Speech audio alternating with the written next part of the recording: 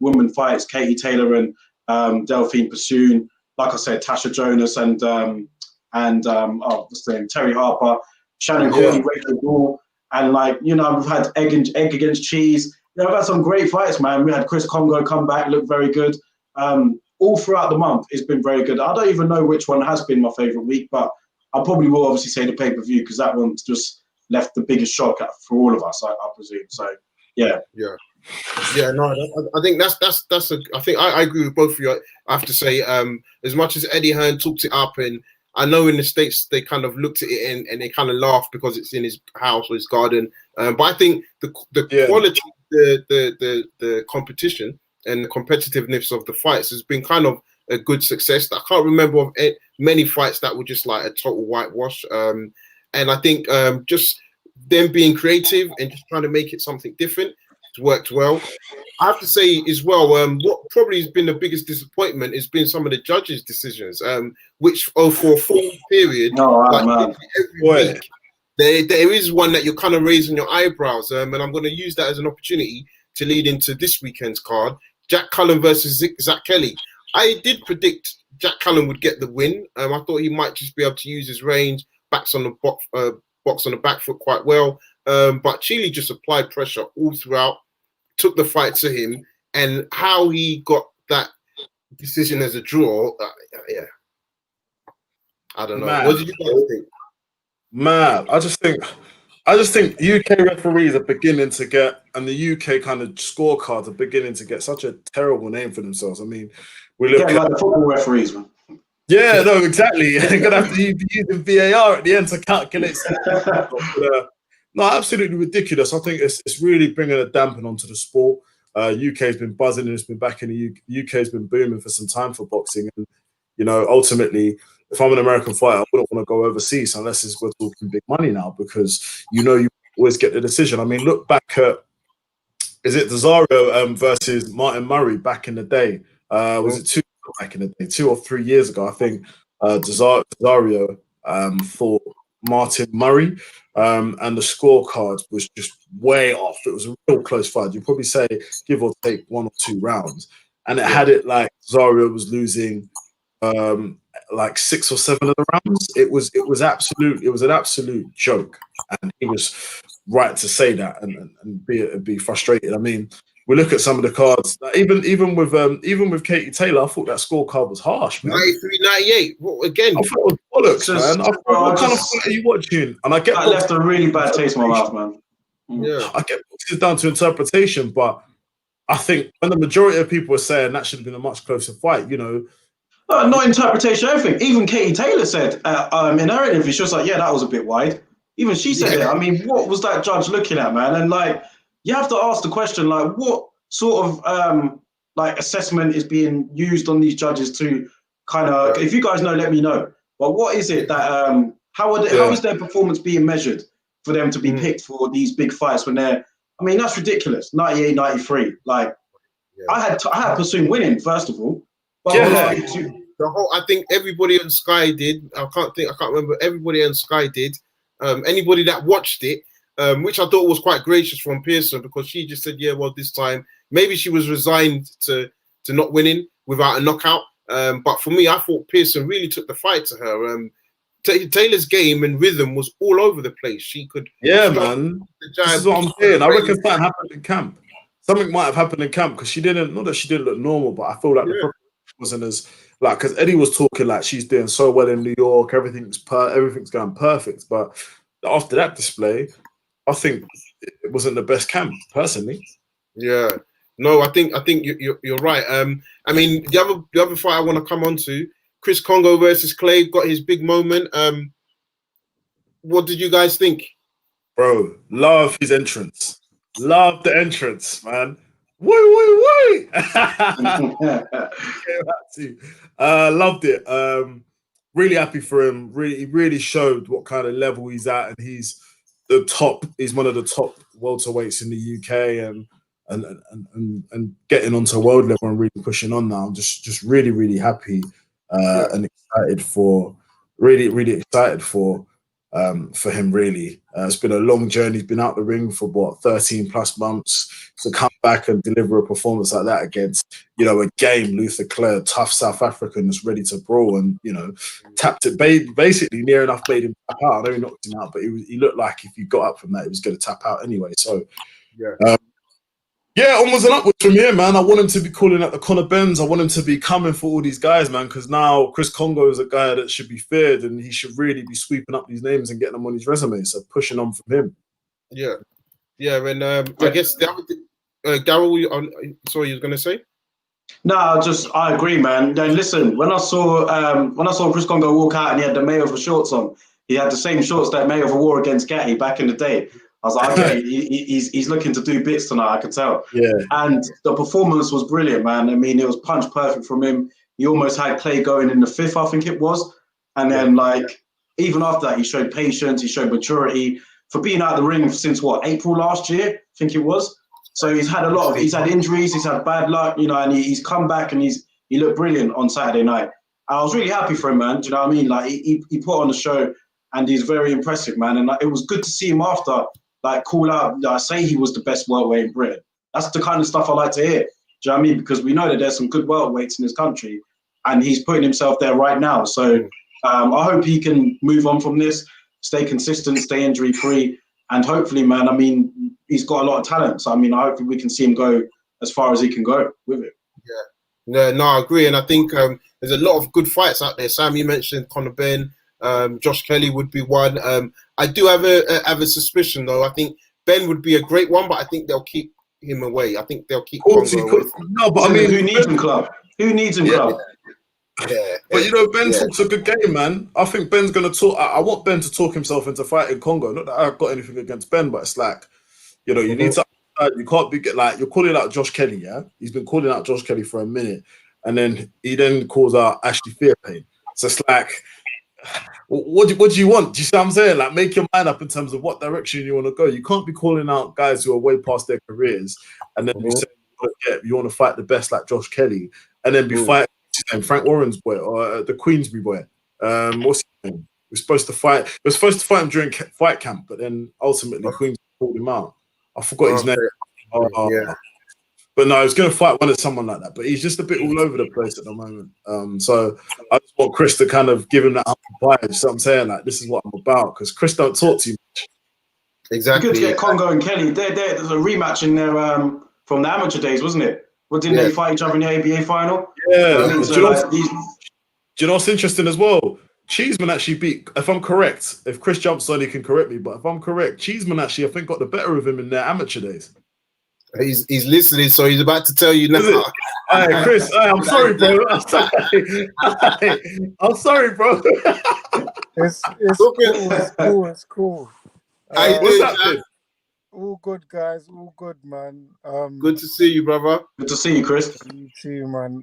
Going back on your message, Sam. Yeah, he beat me in the amateurs. I think then I just burnt myself out, man, for that fight. Yeah. You know what I mean? Listen, at the end of the day, I put my hands up and I say, listen, I got beat, innit? You know what I mean? Yeah, I don't make no excuses or anything, bro. At the end of the day, I lost, innit? A lot of, you know what it is? I weren't at my best, but people still thought I won. So it was a weird one. But for me, it doesn't matter if they think I won. At the end of the day, my hand didn't get raised. But I know what I would have done better leading up to the fight. So it's a lesson.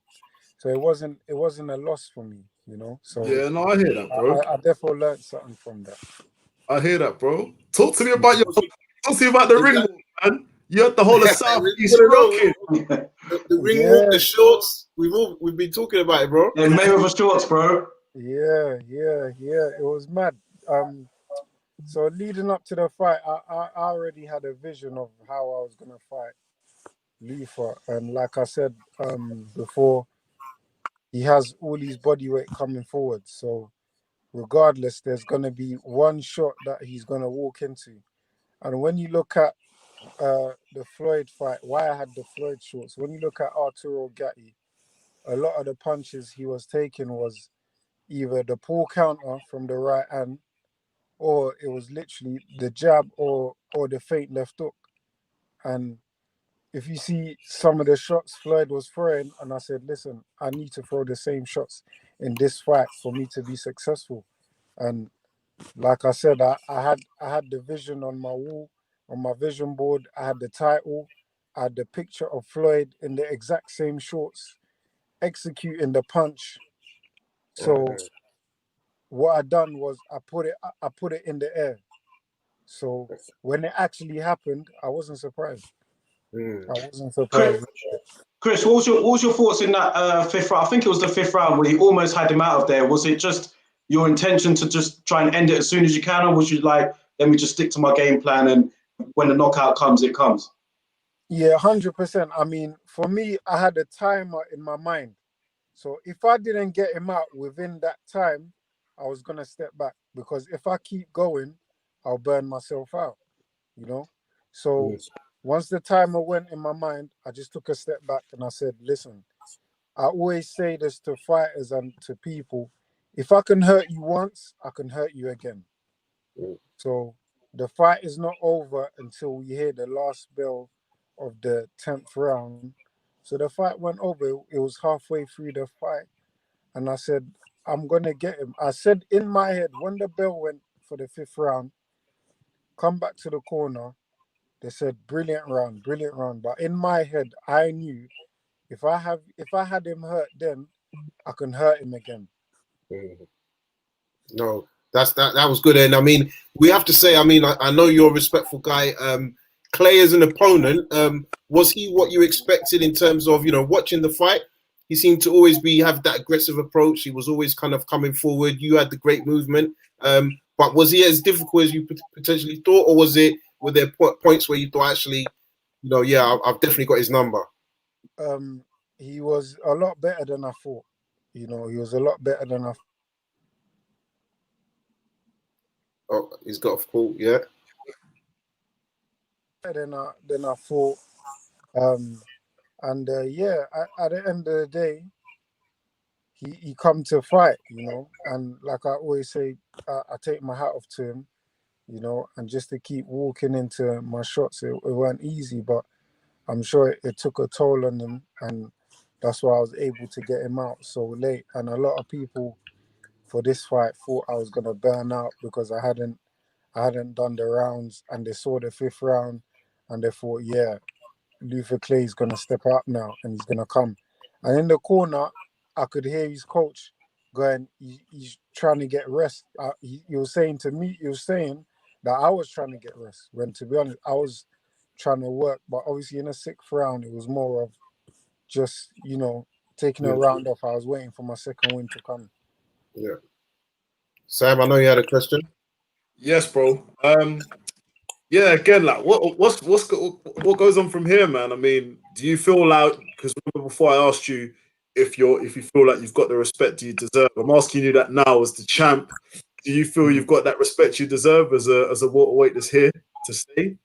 For me personally, not yet. Reason being is, like I said, certain times you have to see a person fight 3 or 4 times, and I feel like once I'm active, then you'll see the best of me. In 2017, I believe I had 5 fights. When I was active, that's when people saw the best of me, and that's when I was really getting these guys out quick, and I wasn't even trying.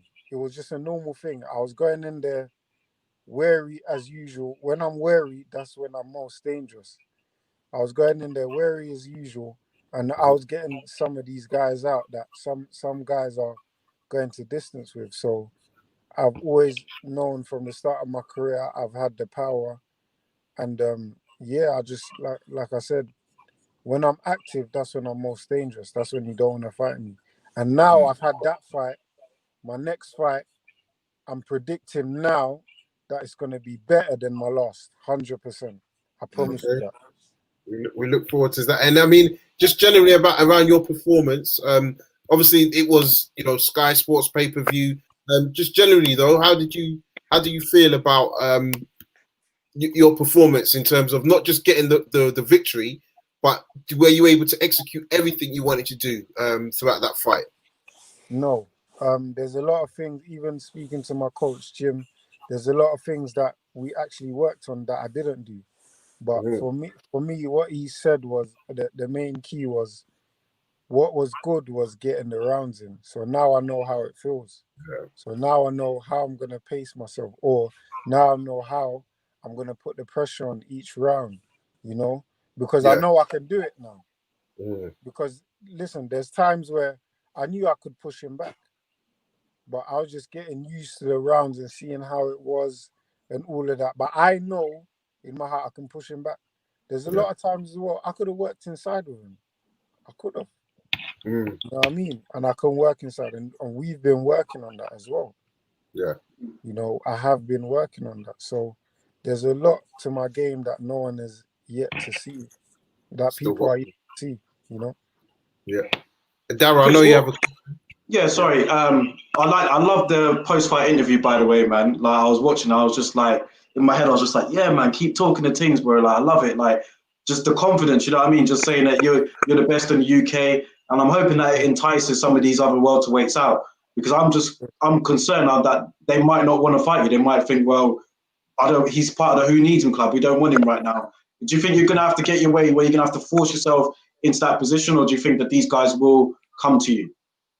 Well, I got a title now, so I got something people want.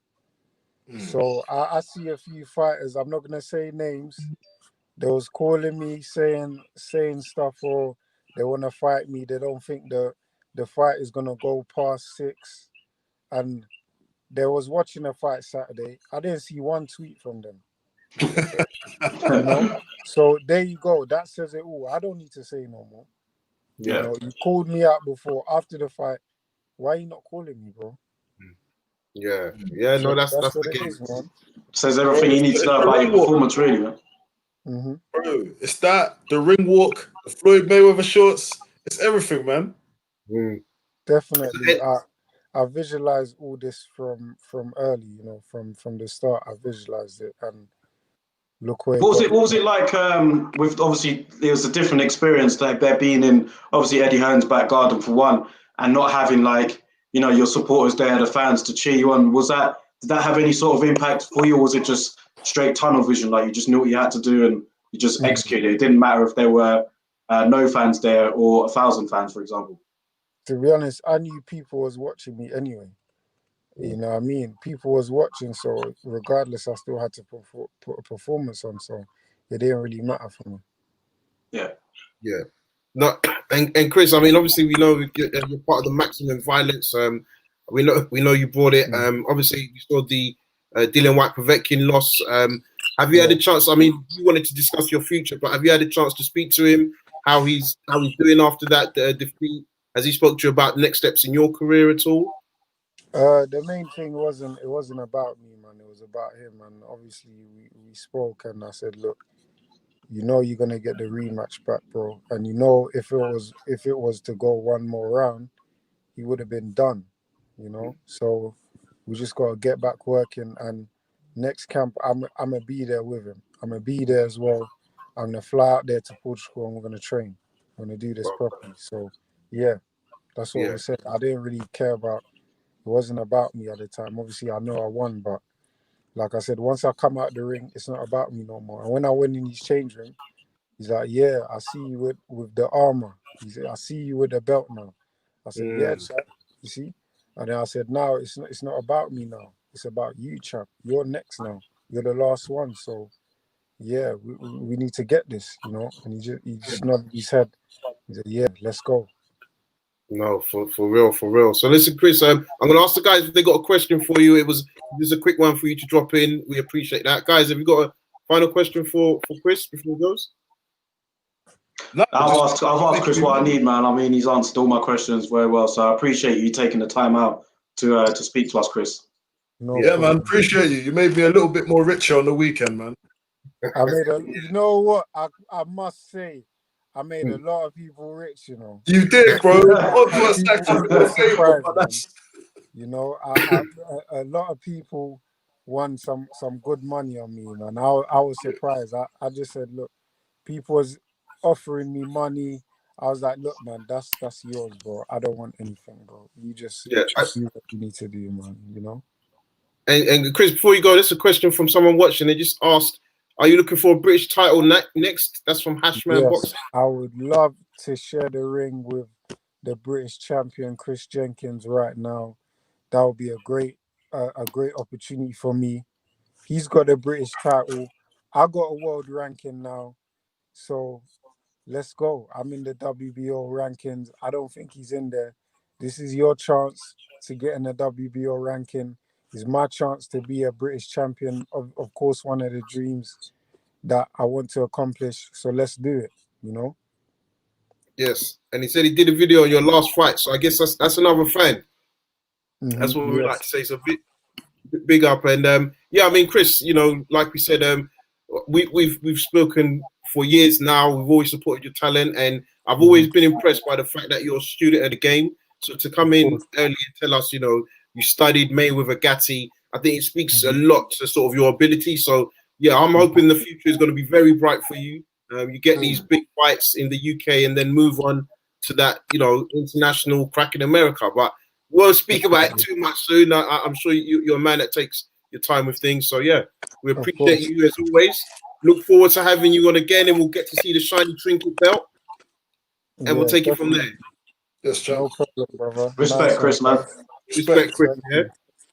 Thank you very much. Yeah, that was good.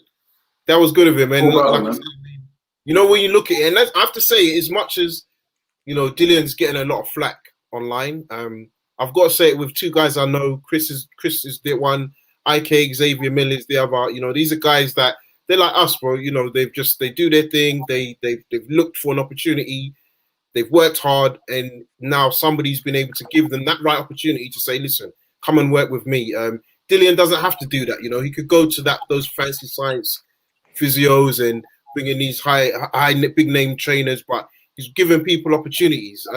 Even for Xavier, he's worked with Dillian Whyte quite a bit. He's worked with Chisora, so he's getting more world-class experience. Chris is now under his tutelage. So yeah, he's getting title shots. So I'll give Dillian Whyte a lot of credit for that, because he gets guys opportunities. Look at Pester Jr. You know what I mean? So yeah, that's a big thing. That's a big thing about Dillian. So before we move on, we saw Sean Porter. Sean Porter had a fight on the weekend. Went very under the radar against the German guy Formella. I don't know if anyone watched that. Very under the radar. Very under the radar, right?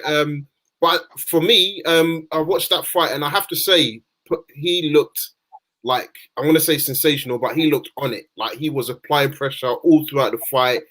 Like, Formella just looked like he was in a different world. He didn't look like he could cope at all. And then we also saw Ida Alvarez, the guy who got the victory over Kovalev but lost in a rematch. He got a knockout loss against Joe Smith. Joe Smith putting him through the ring, similar to his Hopkins defeat. I mean, guys, we're seeing more fights happening now. It feels like boxing is back, right? Almost, man. Almost. Yeah. It's going to be back when boxing's going to be back when me, you, and Daryl could be chatting ringside and talking to the fans. You know, that's when boxing's really going to be back. Yeah, sure. It's good. It's a good ultimatum. It's different. I like it because we can focus more on content and things and interviews. And I feel like from us, from an industry perspective, we're able to access so many more fighters and so many more interviews just due to the fact it's lockdown. So fighters are going to have to do a bit more for their brand to grow it out. And there's more pressure on us guys, the independents, to promote things. So it is back in that sense, but in the sense that I do miss the good old-fashioned eating before, going to the fights, going to the O2, going wherever, and just, you know, catching up with everyone and seeing the fights live. Like a fight that would have been to see live. Povetkin and Dillian Whyte. Oh, what a fight! Yeah, that would have been immense. So, guys, I'm going to open the lines. We've got guys waiting in the queue. So I'm going to go. I think it's Uncle. He's on the line. Hello. Oh. Hello. Yes. Can you hear us? Hello. Hello. Yes. We can hear you. Can you hear us? Yes, I can hear you. Yes. How are you doing, guys? We're doing good. Good. Okay, I hope you can hear me. Yeah. Okay. What a weekend is. Definitely, yeah. It was, First of all, I would really love to commend Chris Kongo, who you guys were speaking to, and his opponent, Lucia Clay. I thought both lads were absolutely fantastic. You know, I particularly like the way Chris Kongo fought against a dangerous opponent. He used lateral movements all night. I could see what Clay was trying to do.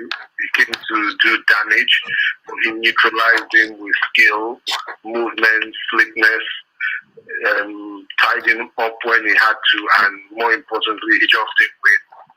He closed the show. So I can see that he's definitely going to be a contender, and I strongly fancy him against any welterweight in the UK. Yeah. Right now. You know, very good lad. I like him a lot. Yeah. Okay. And I think he boxes from Vermont, so South London. So he has, no doubt, he has mentors like the great Lord Monaghan, David Hay, and the like. And so that's a good, that's a good one. So I'm sure you guys want my views about Dillian Whyte. Yes, please. Yes, please. Let's hear it. Let's hear it. Okay, I'm not here to have a go at Dillian Whyte, but I'm also not here to kick his ass. Yeah? So I'm just going to give it straight. I think there's a lot of crap people say about what's actually playing out in the fight. The fact of the matter is this is not good from the basis that he got beaten by a 41-year-old man who is past his best.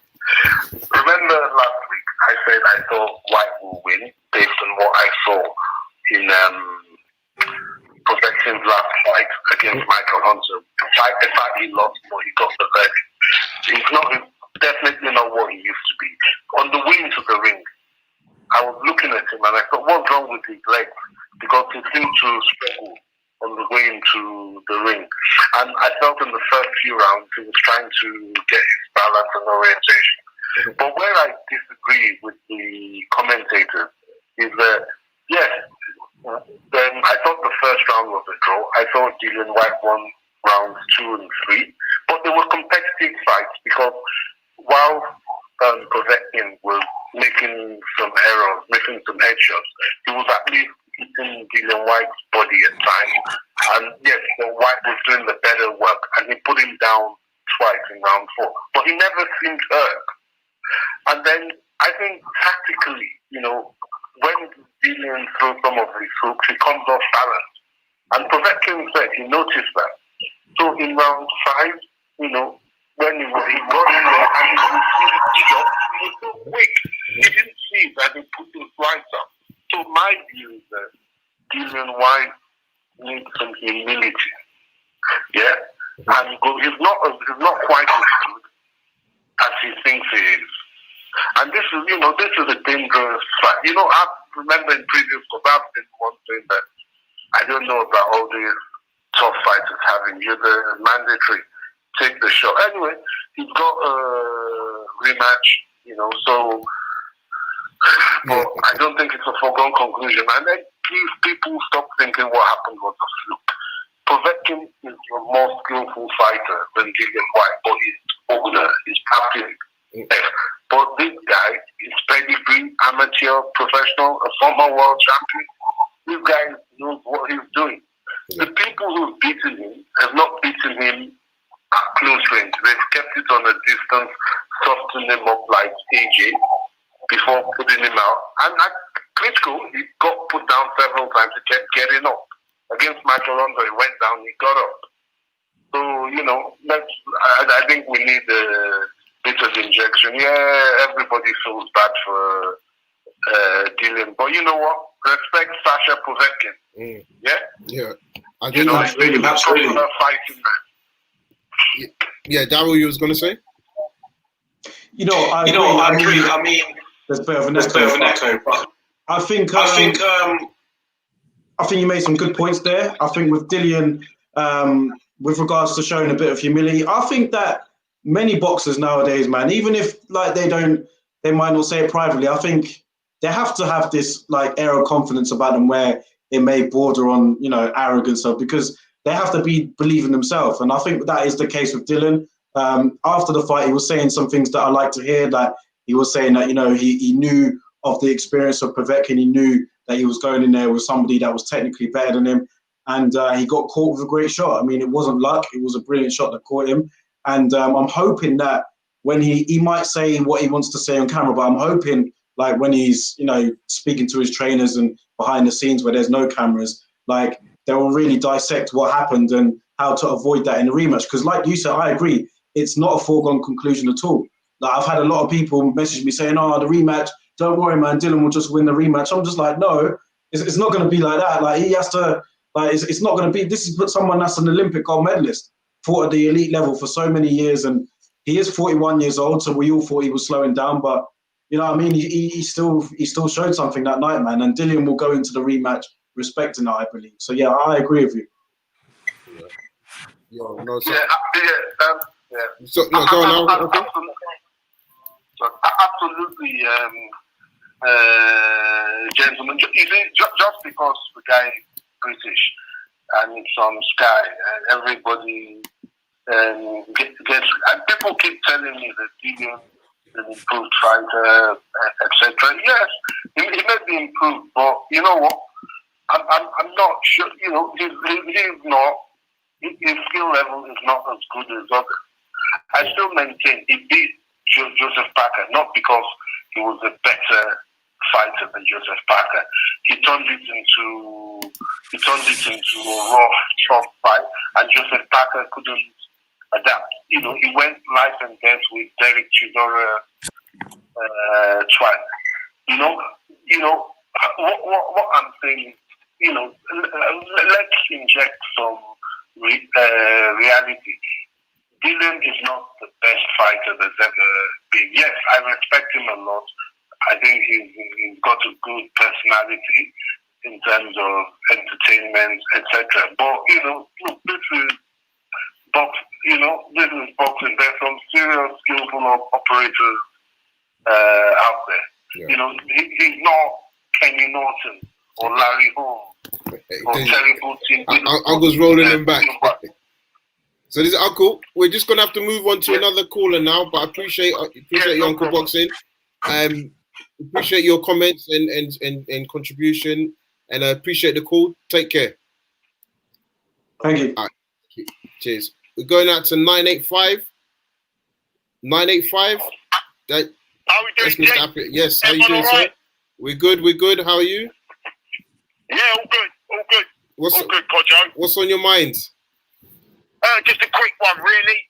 Fantastic victory by Alexandra Povetkin, coming over here and doing the business. Sort of written off, really. And, and we probably took, he's got a good pedigree, Povetkin. And obviously with his background and that, Olympian and all that, and we kind of put that aside, but yeah, good victory for him. The rematch, right? I'm gonna go with Dillian Whyte. Just why?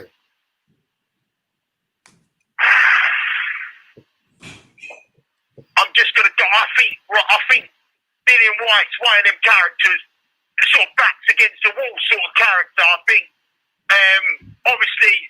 He'll be hearing what people are saying about him, and that'll be pissing him off. So sometimes people need that little carrot dangling in front of their face to train that little bit harder to get themselves more focused, and then come in, and then in a couple months' time, when they're going to fight, is it December they fighting or November?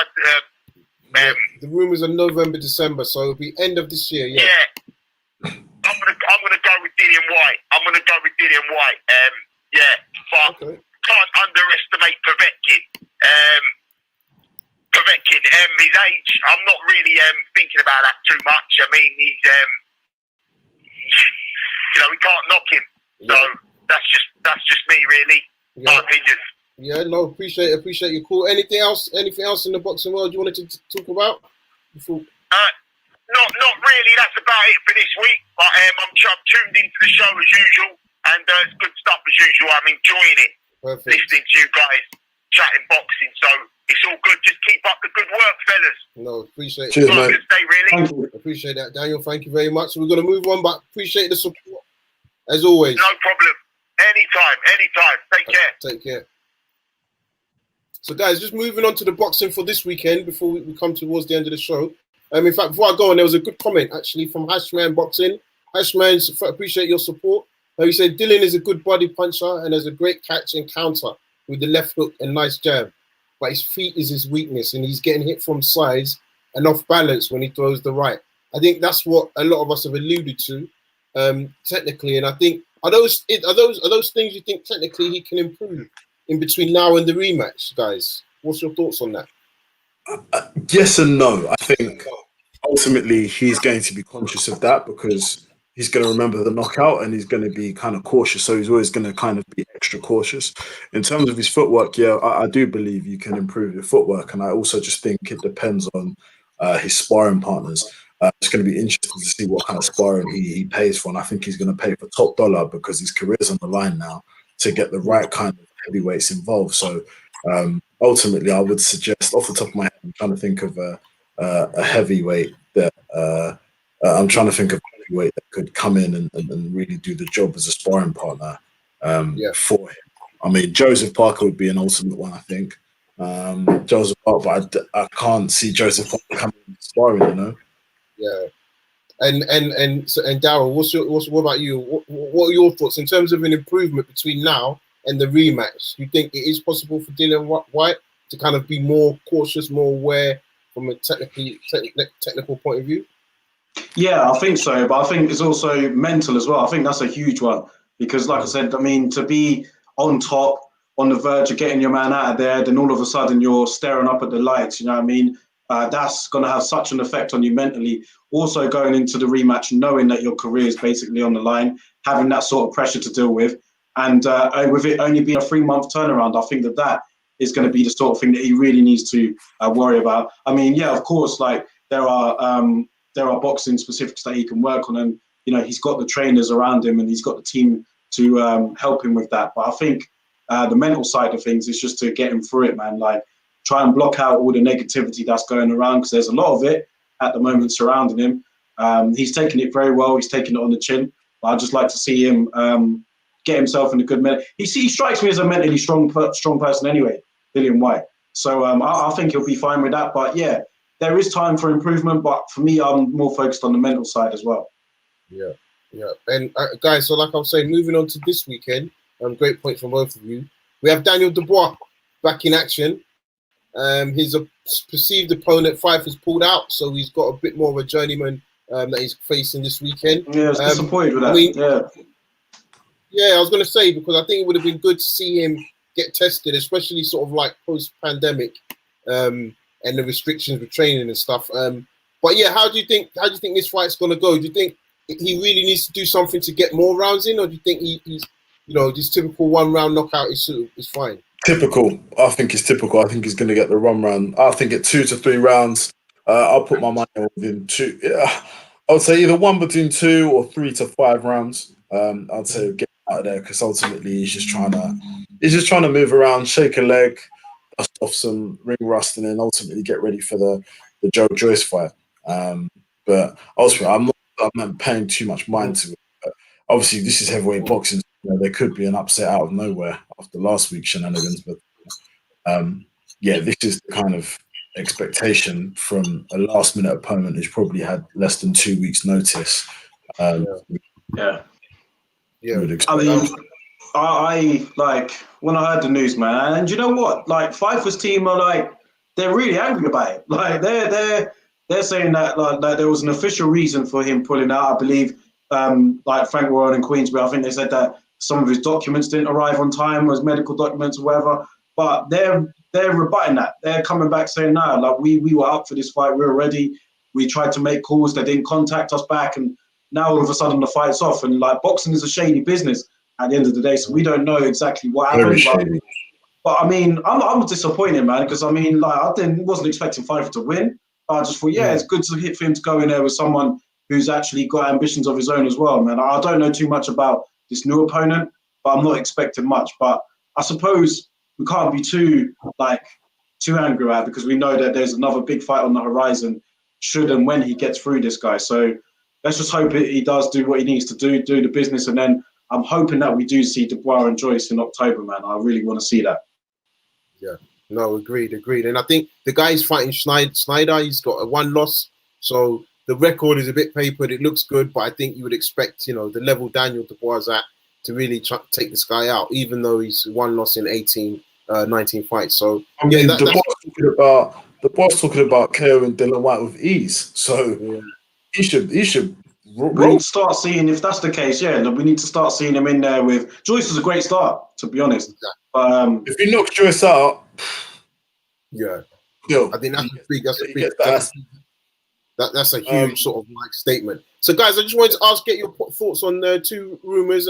So the rumors that, and this is again from recent interviews with Eddie Hearn, I believe with Boxing Social, he said that he would rather make Dubois versus Hrgovic rather than Dubois versus Whyte. But then he's also said that there's negotiations beginning for Crawford versus Brook. Let's start with the latter, Crawford versus Brook. What's your thoughts on that as a fight? Can he make the weight? 147, right? Unless they find it a catch weight, 147. Can they make the weight? Have to be 147 for the title, wouldn't it? So exactly. Can he? He can't. I don't think Brook is at the stage where he can make the weight, because he made excuses that it was killing him making the weight for Errol Spence, and also not just fighting Errol Spence, but he fought and Golovkin making that kind of weight that he did. So he's trying to come back. I get that he's looking for his big payday money fight or whatever, but ultimately I don't think it will be that competitive. And Kell Brook needs to be careful, because he's had 2 back-to-back eye socket injuries. And allegedly it's due to the weight loss and the kind of circulation to the eyes and how he's been feeling. So he's got to really think smartly about what he's going to be, what his next moves are, if I'm honest with you. But ultimately, Crawford does him. Yeah. And he's been calling out Crawford for quite a long time, man. And maybe he's seen, that mean machine caught Crawford a couple of times, and he thinks that he'd be able to do it. And I've always been a fan of Brook, man, but I'm concerned at this stage, because, I just don't see the motivation there that there used to be. Maybe he does need a big fight to get him up for it. As a fighter, his ability is all there. But at this stage, I just think Crawford's just an animal, man, for someone like Brook now. I think Brook he might make it interesting earlier on. But, I just think the later it goes, I could see Crawford grinding Brook down as well. It's a bit like Spence did, to be honest. But I could see that happening, unfortunately, for Brook. Yeah, no, great. Yeah. So listen, guys, we're gonna end it. We're gonna end it here. But I appreciate, especially Daryl. I appreciate you joining in. I'm just putting some time. Guys, I'm gonna follow Daryl. Check him out on Instagram. He does daily previews, daily opinions on what's going on in the world of boxing. The Boxing Lowdown. Don't forget to subscribe to his channel on YouTube as well. Give him a like. Get some comments. Do the same for us as well. We're trying to build this boxing community. And Daryl's got some really great content. So, Daryl, thank you once again. I'm going to leave out there. The Boxing Lowdown. Coach, real quickly, though, just wanted to give a quick shout out to Mickey Amu Jr. and Streetwise Jr. They've got their guy, Ryan the Lion Walker, fighting this weekend. So we wish them the best of luck. And, we're quite close to time. It's a tough fight. So hopefully we'll see him retain that Southern Area title and push on to greater things. But good luck to those guys. But thanks for tuning in, everyone. No, appreciate that, guys. So listen, don't forget, everywhere is Raps on TV, Instagram, YouTube, Facebook, Twitter, LinkedIn, Spotify. Anywhere you can go, you're going to find us at Raps on TV. So I appreciate the support as usual. And we're out, guys.